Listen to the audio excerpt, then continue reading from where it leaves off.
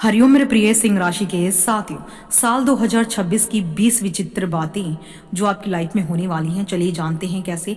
आपका हार्दिक अभिनंदन आपके ज्ञान दर्शन यूट्यूब चैनल में। आज की हमारी वीडियो बहुत खास है, बिल्कुल भी स्किप मत कीजिएगा, क्योंकि ऐसी 20 बातें जो आप नहीं जानते कि साल 2026 में आपकी राशि के अकॉर्डिंग में होने वाली हैं। और हम आपका कीमती वक्त गवाए बिना आपको बहुत ही सरल शब्दों में और कम समय में आपको बताएंगे कि ये वर्ष आपके लिए कैसा है और कौन सा ग्रह आपका साथ देगा और किस ग्रह से आपको जो है सावधानी रखनी है। तो शुरुआत करेंगे करियर और धन की स्थिति की। तो करियर में गजब का उछाल। साल की शुरुआत में चुनौतियां आएंगी क्योंकि शनि है, लेकिन अक्टूबर के बाद बृहस्पति के प्रवेश से करियर में बड़ी तरक्की और पहचान मिलेगी। हालांकि ये शनि के सबर की लंबी परीक्षा होगी आपके लिए, लेकिन अक्टूबर के बाद आपका ही समय होगा। आर्थिक स्थिति, साल का पहला भाग बचत करने में और आय के लिए बहुत अच्छा रहेगा। दूसरा भाग खर्चे बढ़ाने वाला होगा और निवेश के लिए सही समय मिलेगा। व्यापार में लाभ, व्यापारियों को धन लाभ पूरे वर्ष होगा। शुरू से लेकर अंत तक नए अवसर मिल सकते हैं, लेकिन खर्चों पर नियंत्रण भी जरूरी है। निवेश, भूमि, वाहन, बिजली के उपकरणों पर खर्च इस वर्ष होगा। सोच समझ कर करेंगे तो बेहतर रहेगा। अब बात कर लेते हैं सबसे इंपॉर्टेंट फैक्टर की, जो आपको हेल्थ को लेकर है। आत्मविश्वास में वृद्धि, अक्टूबर के बाद ऊर्जा और आत्मविश्वास चरम सीमा पर बढ़ेगा, क्योंकि सूर्य का वर्ष है, सूर्य आपकी राशि के स्वामी है। ये वर्ष का अंत आपको गद्दी पर बिठाकर जाएगा। आप राजसी सुख भोगेंगे। कुछ महीनों की परीक्षा और मेहनत और लगन के काम करने के बाद जो सुकून आपको मिलेगा, उसकी कोई मुकाबला कर ही नहीं सकता। मानसिक संतुलन आपको मिलेगा। शनि की ढैया राहु केतु के कारण तनाव भले ही हो, लेकिन दान और ध्यान से आप सब कुछ अच्छे से कर लेंगे। हालांकि यहाँ पर सर दर्द, आंखों का दर्द, digestion, blood pressure, sugar, thyroid जैसी कुछ समस्याएं कुछ लोगों को हो सकती हैं, जिनको काफ़ी समय से चल रही हैं। उनको यहाँ पर अपनी हेल्थ को लेकर स्वस्थ काफ़ी सतर्क रहना होगा। अब बात कर लेते हैं शिक्षार्थियों के लिए। छात्रों के लिए ये जो वर्ष का पहला भाग है, 6 महीने, ये खासकर उच्च शिक्षा और विदेश में पढ़ने वालों के लिए शानदार रहेंगे। दूसरा भाग औसत हो सकता है।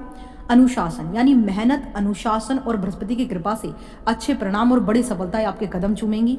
प्रेम और रिश्तों की बात करूं तो प्रेम जीवन पहला भाग अनुकूल होगा, यानी पहली शुरुआत के 6 महीने आपके लिए बहुत शुभ हैं। दूसरे जो हैं आपके लिए सामान्य रहेंगे। अक्टूबर के बाद रिश्तों में स्थिरता और प्यार की वापसी फिर से होगी। वैवाहिक जीवन की बात करूं तो जीवन साथी के स्वास्थ्य का ध्यान रखें। अक्टूबर के बाद तालमेल बढ़ेगा। संतान सुख के लिए समय बहुत शुभ है। परिवार में नए सदस्यों का आगमन संभव है। व्यक्तिगत विकास की बात करूं तो देखिए, आत्मचिंतन, साल की शुरुआत जो होगी लक्ष्यों और भविष्यों पर सोचने का आपको मौका देगी। आप सही निर्णय, सही मेहनत, सही दिशा में शुरू कर देंगे शुरुआत में ही, तो आपको जो है साल के बीच से लेकर अंत तक सफलता ही मिलेगी।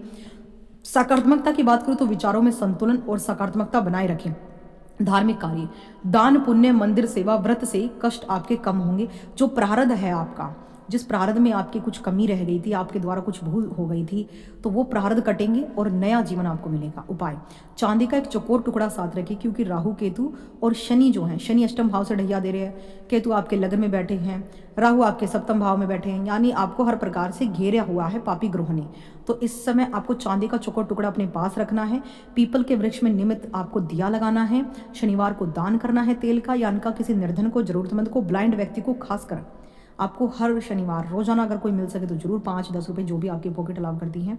बृहस्पति का प्रभाव, अक्टूबर में बृहस्पति का सिंह राशि में आना सबसे बड़ा मोड़ होगा, जिससे आपके आत्मविश्वास अवसर बढ़ेगा, क्योंकि सूर्य की राशि में गुरु का आना आपको राज से सिंहासन देगा। साल का अंत आपको सिंहासन पर बिठाने वाला है। शनि का प्रभाव, पूरे साल शनि के ढैया का असर रहेगा, जिससे धैर्य और मेहनत की जरूरत रहेगी। शनि परीक्षा लेंगे, हर डंग पर शनि आपकी परीक्षा लेंगे। राहु केतु आपके स्वास्थ्य और रिश्तों में सावधानी बरतेंगे।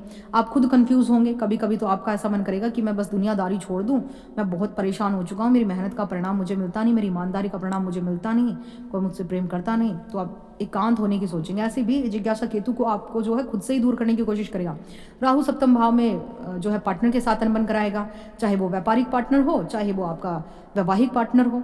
तो ऐसी स्थितियों से आपको बचने के लिए एक ही रामबाण उपाय है आपके पास कि शिवलिंग का रोजाना पूजन करें। अपने घर में एक छोटा सा पारद का, सप्टिक का या फिर नर्मदेश्वर शिवलिंग स्थापित कीजिए और उसके विधि विधान से पूजन करें। आपका भाग्य अगर महादेव ना बदलते तो मुझसे कहना है साथियों, क्योंकि महादेव ही प्रारब्ध को बदल सकते हैं।